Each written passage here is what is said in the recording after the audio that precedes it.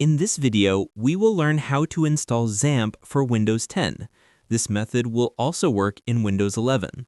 You see, I already installed XAMPP on my computer as localhost.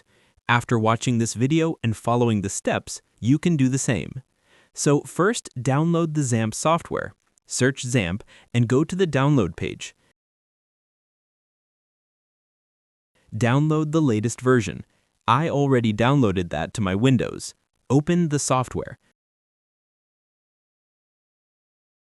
Accept the warnings. Make sure all are enabled, then go next. Now it's time to choose your installation folder. Many people make the mistake of installing XAMPP on the C drive, but that's not a good idea. Why?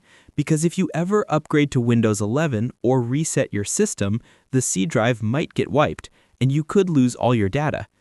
To stay safe, choose a folder on a different drive, such as D or E. For example, D:/XAMPP or E:/DevTools.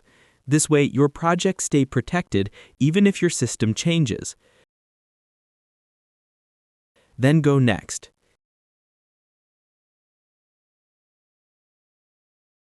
Installation started. Allow access. XAMPP is installed successfully. Finish it. It will be opened. Start the Apache and MySQL.